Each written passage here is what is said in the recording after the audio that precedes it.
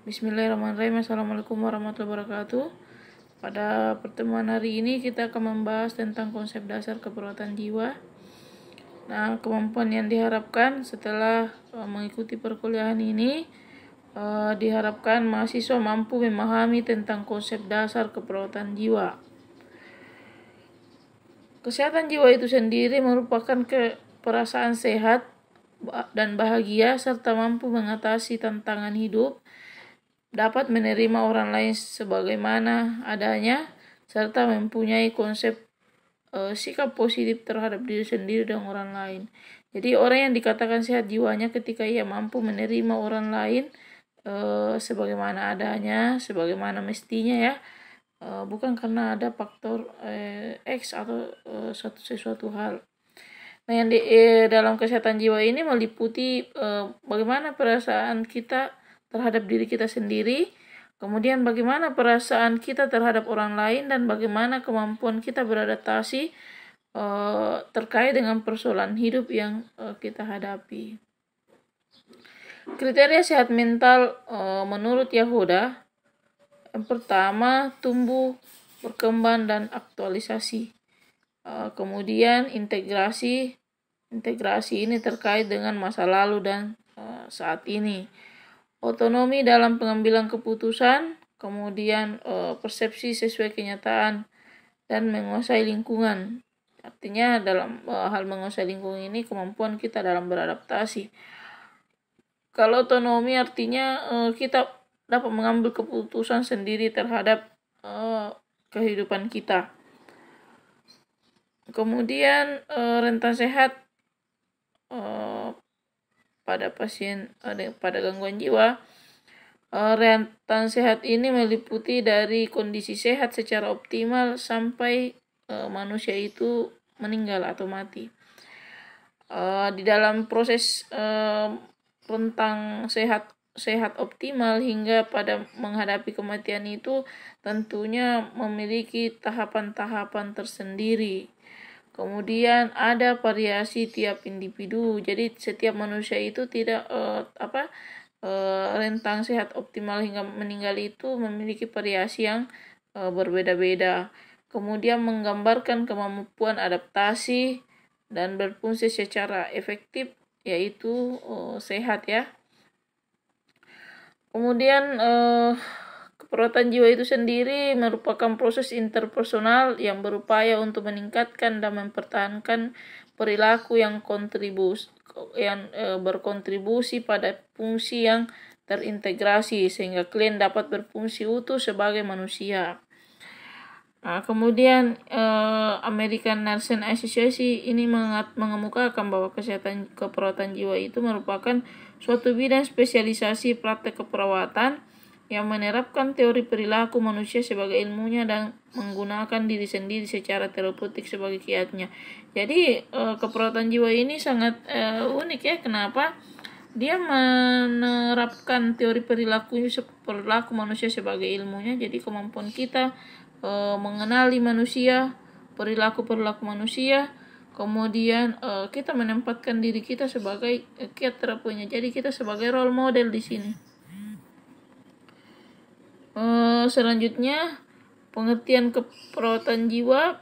Perawatan jiwa ini merupakan pelayanan keperawatan profesional yang didasarkan pada ilmu perilaku, ilmu keperawatan jiwa pada manusia sepanjang siklus kehidupan dengan respons psikososial yang maladaptif yang disebabkan oleh gangguan biopsikososial dengan menggunakan diri sendiri dan terapi keperawatan jiwa atau komunitas terapi dan terapi modalitas keperawatan kesehatan jiwa melalui pendekatan proses keperawatan yang meningkatkan, mencegah, dan mempertahankan serta memulihkan masalah kesehatan jiwa klien ya.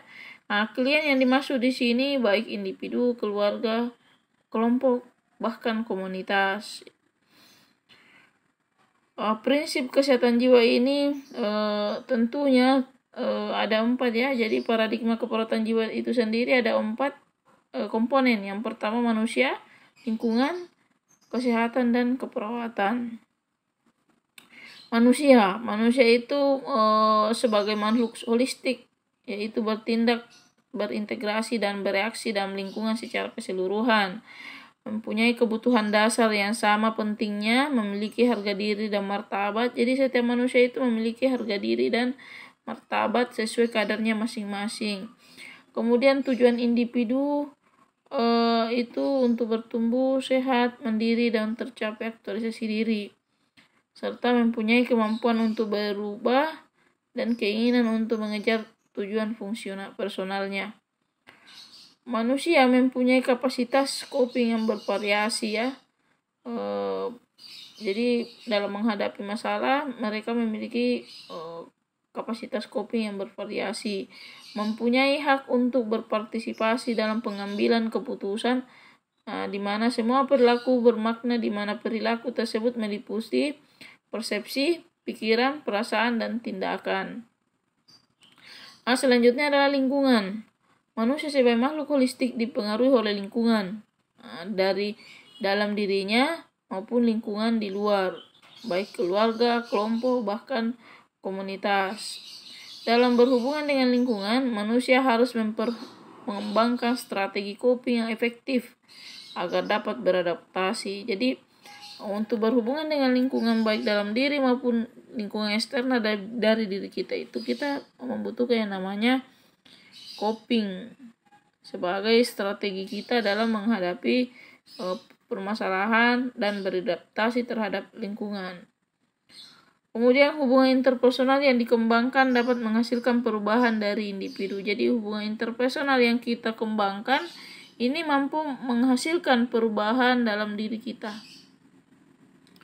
Kemudian selanjutnya adalah kesehatan. Komponen paradigma keperawatan jiwa itu yang ketiga adalah kesehatan. Kesehatan merupakan salah satu kebutuhan dasar manusia yang menunjukkan salah satu segi kualitas hidup manusia. Oleh karena itu, setiap individu mempunyai hak untuk memperoleh kesehatan yang sama melalui perawatan yang adekuat. Jadi, semua manusia memiliki hak yang sama ya untuk memperoleh yang namanya kesehatan. Makanya dalam melakukan tindakan keperawatan itu tidak boleh membeda-bedakan individu. Kemudian perawat memandang manusia secara holistik, jadi secara menyeluruh dan menggunakan diri sendiri secara terapeutik. Jadi kita sebagai perawat menjadikan diri kita sebagai model atau role model bagi individu atau bagi masyarakat. Metode dalam keperawatan jiwa adalah menggunakan diri sendiri secara terapeutik dan interaksinya interpersonal dengan menyadari diri sendiri, lingkungan interaksinya dan dengan lingkungan yang di sekelilingnya ya. Kemudian kesadaran ini merupakan dasar untuk terjadinya perubahan, di mana klien akan bertambah sadar akan dirinya dan situasinya sehingga lebih akurat mengidentifikasi kebutuhan dan masalah serta memilih cara yang sehat untuk mengatasinya. Perawat memberi stimulus ya. Jadi diharapkan perawat mampu memberi stimulus yang konstruktif sehingga akhirnya klien belajar cara penanganan masalah yang merupakan modal dasar dalam menghadapi berbagai masalah. Kemudian proses keperawatan kesehatan jiwa, pemberian asuhan keperawatan merupakan salah satu proses terapeutik yang melibatkan hubungan kerjasama antar perawat dengan klien dan masyarakat untuk mencapai tingkat kesehatan yang optimal. Perawat memerlukan metode ilmiah dalam melakukan proses terapeutik, yaitu proses keperawatan. Selanjutnya, penggunaan proses keperawatan membantu perawat dalam melakukan praktik keperawatan, seperti penyelesaian masalah keperawatan klien ya, memenuhi kebutuhan klien secara ilmiah, logis, sistematis, dan terorganisasi. Proses keperawatan itu sendiri merupakan teknik dalam menyelesaikan masalah pasien atau problem solving untuk kondisi-kondisi pasien. Kemudian proses keperawatan mempunyai ciri dinamis ya, jadi dia proses ini harus dinamis, memiliki siklus, saling bergantung dan luas serta terbuka. Manfaat proses keperawatan bagi perawat, yang pertama peningkatan otonomi tentunya, dan kepercayaan diri dalam memberikan asuhan kepada pasien. Kemudian proses keperawatan ini menjadi pola pikir ya atau kerja yang logis, ilmiah dan sistematik serta terorganisir. Kemudian dalam proses keperawatan ini menerapkan proses pendokumentasian ya, sehingga jika terjadi suatu masalah maka ini dapat menjadi bahan untuk tanggung jawab dan tanggung gugat sebagai seorang perawat. Kemudian peningkatan kepuasan kerja, kemudian menjadi wahana diseminasi iptek keperawatan, kemudian pengembangan karir melalui pola pikir penelitian. Kemudian manfaat proses keperawatan bagi klien, ini asuhan yang diberikan kepada pasien itu akan bermutu dan dapat dipertanggungjawabkan secara ilmiah. Kemudian perkembangan kesehatan jiwa itu mulai dari menangani klien dengan masalah sikap, perasaan dan konflik, kemudian pencegahan primer, penanganan multidisiplin, dan lalu kemudian terbentuklah spesialis keperawatan jiwa. Perkembangan kesehatan jiwa dari zaman dulu hingga sekarang ya. Yang pertama, di zaman dahulu pasien gangguan jiwa dianggap sebagai sampah dan memalukan, makanya dilakukan pemasungan. Nah sekarang dengan peningkatan iptek, pengetahuan masyarakat tentang gangguan jiwa meningkat, sehingga perlu pemahaman tentang human right. Kemudian penting meningkatkan mutu pelayanan dan perlindungan konsumen. Jadi makanya di sini peran sebagai petugas itu sangat penting ya. Ini kesehatan jiwa di dunia tahun 1973 custodial care untuk pasien jiwa itu tidak dilakukan oleh tenaga kesehatan, tetapi dilakukan oleh pemuka-pemuka agama, tokoh-tokoh agama ya. Kemudian 1882 primary consistent dan custodial care. Jadi sudah ada perawatan jiwa di mana tahun 1920 hingga 1945 sudah ada pengobatan yang lebih berfokus pada penyembuhan. 1950 hingga 1960 pelayanan pasien jiwa berfokus pada pasien saja. Kemudian psikotropik menggunakan sebagai psikotropik ini, obat-obatan ini mengganti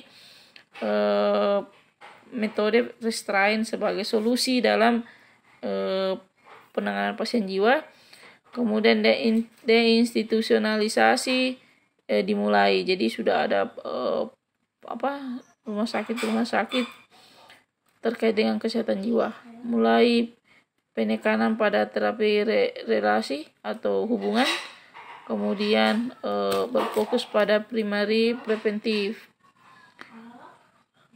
Kemudian tahun 1970 hingga 80 fokus pada community basic care, jadi lebih mengarah pada komunitas. Kemudian 90 hingga 2000 berfokus pada preventif, pencegahan pada komunitas ya, penanganan di masyarakat. Sudah ada rumah sakit, ada perawatan center, ada home care, ada juga perawatan di rumah sakit. Kemudian untuk di Indonesia sendiri, zaman dahulu itu gangguan jiwa dianggap kemasukan roh